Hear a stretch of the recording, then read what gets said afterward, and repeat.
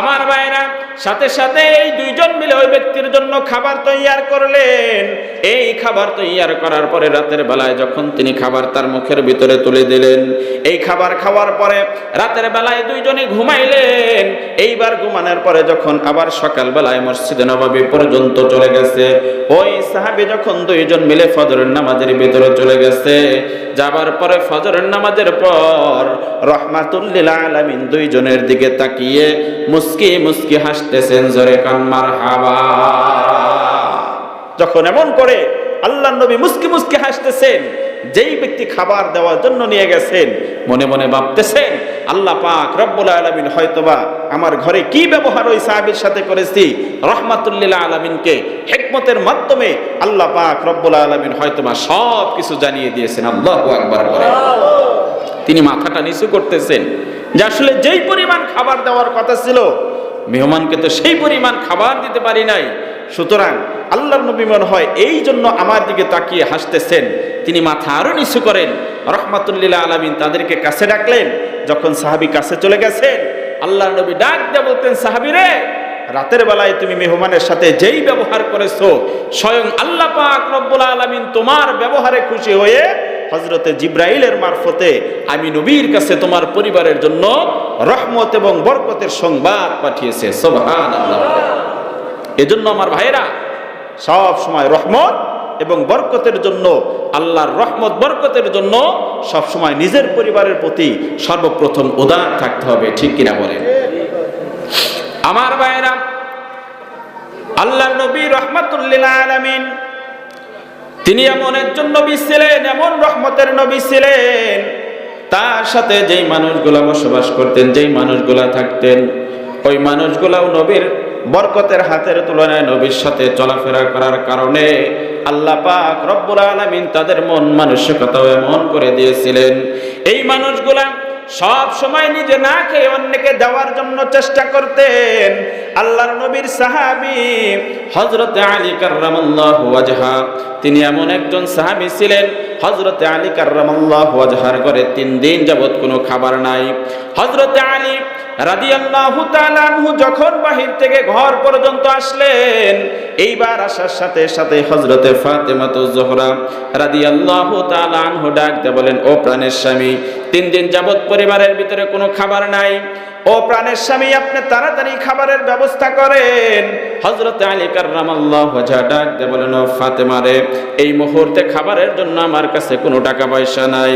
সাথে সাথেই হযরতে ফাতেমাতুজ জোহরা রাদিয়াল্লাহু তাআলা আনহু নিজের গায়ের চাদরটা হযরতে আলীর কাছে তুলে দিলেন যে তাড়াতাড়ি করে এই চাদরটা মক্কার বাজারে নিয়ে আপনি চাদরটা বিক্রি করার পরে এই চাদর বিক্রি করার যেই পরিমাণ টাকা পয়সা হয়, ওই টাকা পয়সা দিয়ে আপনি আমার বাচ্চাদের জন্য খাবারের ব্যবস্থা করে দেন। সরে কান মারহাবা।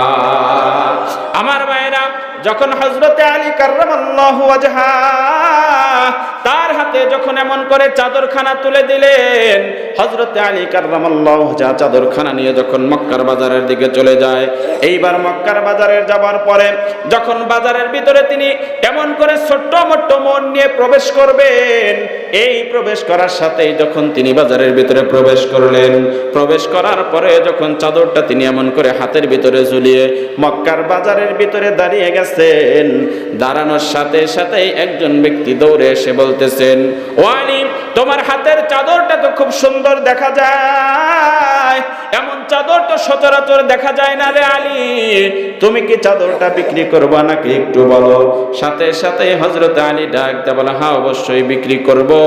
ওই ব্যক্তি ডাক দিয়ে বলে, আলী রে, তুমি কত টাকায় বিক্রি করবা? সাথে সাথে হযরত আলী বলতেছেন, আমি আমার জবান দ্বারা কোনো দাম চাবো না, তোমার যতটুকুন ভালো লাগে অতটুকুন দাম দিয়ে আমার কাছ থেকে তুমি এই চাদরখানা কিনে নিয়ে যাও। জোরে কান মারহাবা। লা ইলাহা ইল্লাল্লাহ, লা ইলাহা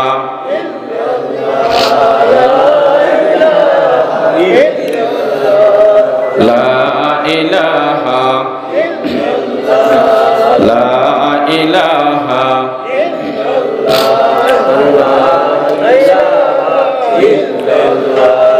লা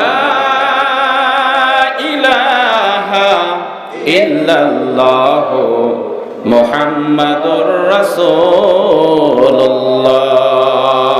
সাল্লাল্লাহু আলাইহি ওয়াসাল্লাম। আমার ভাইরা, হযরতে আলী কারামাল্লাহু ওয়াজহার সাথে সাথে ডাক দিয়ে বলেন, যতটুকুন পারো তুমি দাম দিয়ে নিয়ে যাও। হযরতে আলী যখন এমন করে ওই ব্যক্তির কাছে এই কথা বলছে, বলার সাথে সাথে ওই ব্যক্তি ডাক দিয়ে বলে, আলী রে, তোমার কাছ থেকে এই চাদরটা আমি 10 দিরহাম, তোমার কাছ থেকে আমি চাদরটা 6 দিরহামে কিনে নিলাম। হযরতে আলী বলেন, তোমার যদি 6 দিরহামে ভালো লাগে তাহলে 6 দিরহামে তুমি চাদরখানা কিনে নাও। হযরতে আলী কাররামাল্লাহু ওয়াজহাহ 6 দিরহামে চাদরখানা বিক্রি করলেন। এই 6 দিরহামে চাদরখানা বিক্রি করার পরে হযরতে আলী মনে মনে ভাবতেছেন, এই 6 দিরহামে সন্তানের জন্য আর কি পরিমাণ খাবার আমি নিতে পারবো, কি পরিমাণ খাবারের ব্যবস্থা হবে, আর কি কি তিনি এমন করে ক্রয় করবেন, এই চিন্তা যখন তিনি করতেছেন, হঠাৎ করে তিনি যখন মাথাটা নিচু করে এই দিরহামগুলোর দিকে তাকিয়ে আছেন, মাথাটা যখন উঁচু করেছেন, উঁচু করার সাথে সাথেই পেছন থেকে একজন ভিক্ষুক এসে এমন করে হাতটা বাড়িয়ে দিয়েছে। দেওয়ার পরে ডাক দিয়ে বলতেছেন, আলী গো, আপনি আল্লাহর সন্তুষ্টির জন্য আল্লাহর রাস্তায় আমার হাতের ভিতরে আপনি কিছু দিরহাম দান করে দেন। জোরে কান সুবহানাল্লাহ। বলেন তো, চাদর বিক্রি করেছিলেন কয় দিরহাম? 6 দিরহাম চাদর বিক্রি করেছেন। কিসের জন্য চাদর বিক্রি করেছিলেন? বাড়ির ভিতরে স্ত্রী না খাওয়া, হযরতে হাসান হুসাইন রাদিয়াল্লাহু তাআলা আনহু না খাওয়া, এজন্য হযরতে আলী তার স্ত্রীর চাদরখানা বিক্রি করেছেন। এইবার বিক্রি করার পরে যখন ভিক্ষুক এসে হাতটা বাড়িয়ে দিলেন, এইবার হাতটা বাড়ানোর সাথে সাথে হযরতে আলী মনে মনে চিন্তা করতেছেন, এই 6 দিরহাম দিয়ে আর সন্তানের জন্য কতটুকু খাবার বা আমি কিনতে পারবো, তার চাইতে তো ভালো হয় এই 6টা দিরহাম যদি আমি আল্লাহর রাস্তায় দান করে দেই। জোরে কান মারহাবা।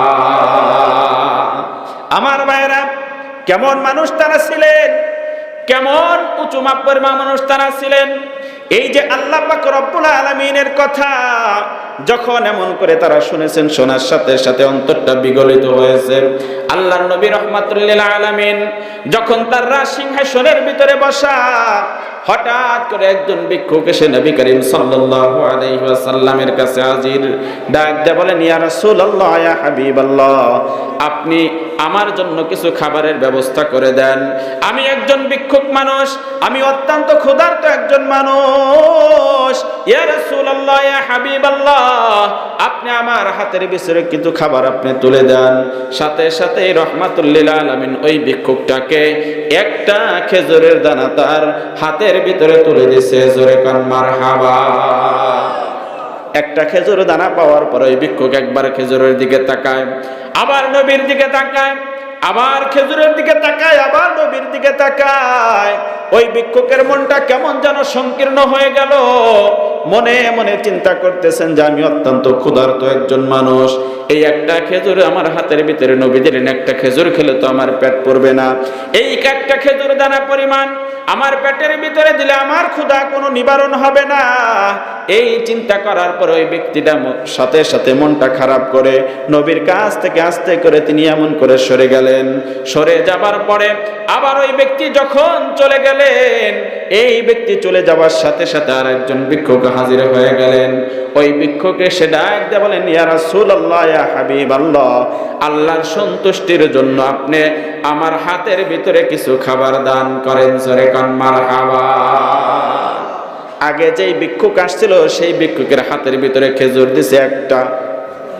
আমার ভাইরা, আগের ভিক্ষুক কেমন করে বলছিল, ইয়া রাসূলুল্লাহ, আমি অত্যন্ত ক্ষুধার্ত একজন মানুষ, আমাকে আপনি কিছু দান করেন।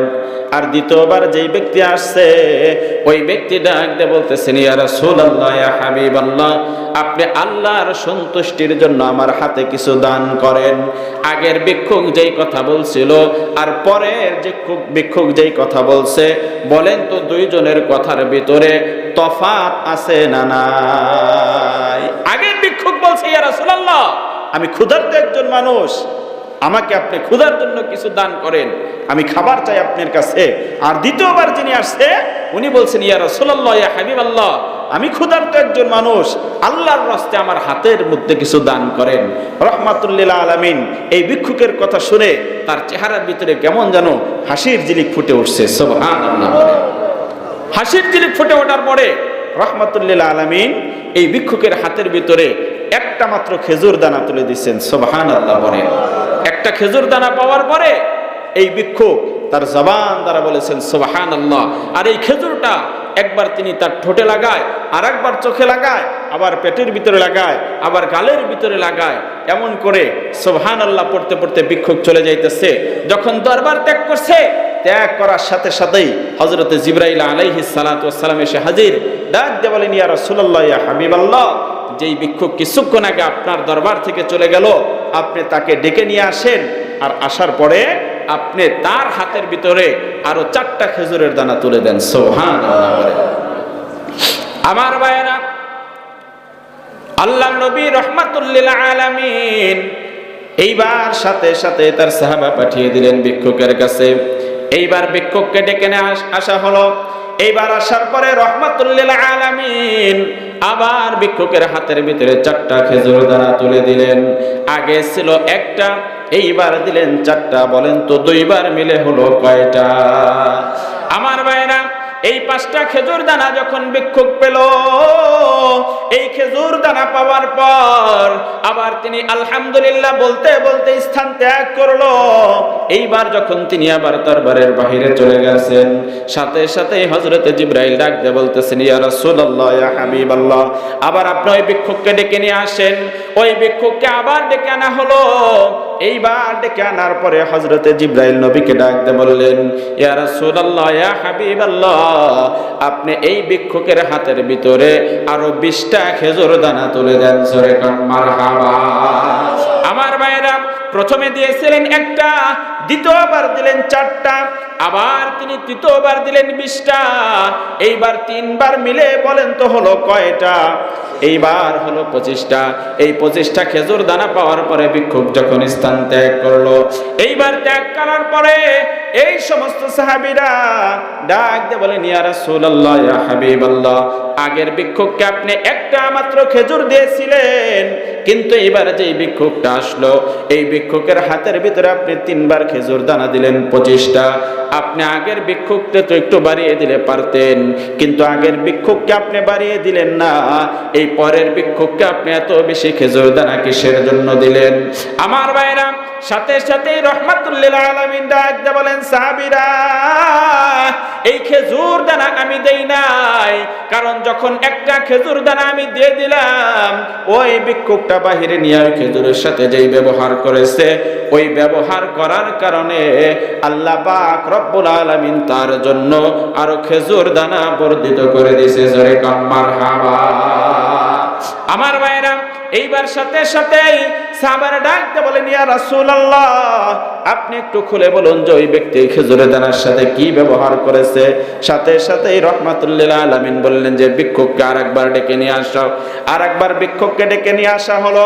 এইবার আসার পরে আল্লাহর নবী ওই ভিক্ষুককে ডাক দিয়ে বলেন যে, প্রথমবার খেজুর দানা নিয়ে তুমি আমার সামনে এমন করে সুবহানাল্লাহ বলছো, আর সুবহানাল্লাহ বলার পরে এই খেজুর দানাটা কখনো তুমি তোমার চোখের ভিতরে লাগিয়েছো, কখনো গালে লাগিয়েছো, কখনো পেটের ভিতরে লাগিয়েছো, কিসের জন্য লাগিয়েছো একটু বলো।